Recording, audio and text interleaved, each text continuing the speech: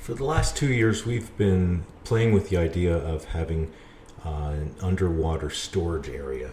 The Seapods have a long spar that goes into the water, especially the deep water model. And on the original engineering prototype, that spar was a lot wider than it is now, and we were considering using that because that was usable space, but it was not utilized well on the original unit. So we've considered using it for storage, but we also considered making it wider and having small, basically small floors that would be underwater and cylindrical floors. And then we decided that that was not the best strategy because that would maybe have a 3 meter diameter column going into the water. And the issue with that is that you have now a huge column that is that can interact with the waves, and then that pushes the whole unit around, and then you have movement, which makes it not as comfortable to live on the water.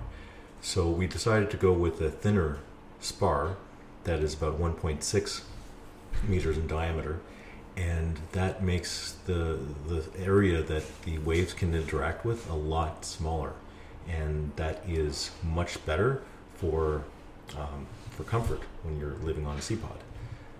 But then we realized that we don't have enough buoyancy. We don't have enough buoyant force that is like an air pocket, basically, that is lifting the house up. So we need that buoyant layer in the Seapod.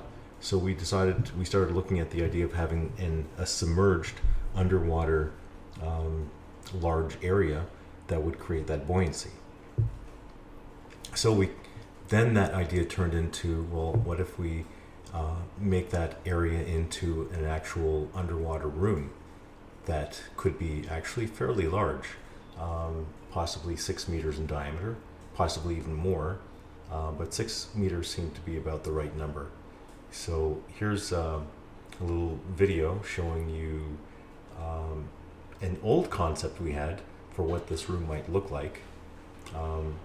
This is going to be a lot of work, so we're probably not going to go through with this level of sophistication for the underwater room. We'll probably keep it a lot simpler, but this is something we're toying around with.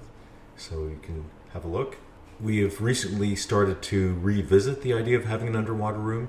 We kind of did away with the idea recently because we've been mostly engineering a shallow water model that doesn't need this long tube going so deep into the water.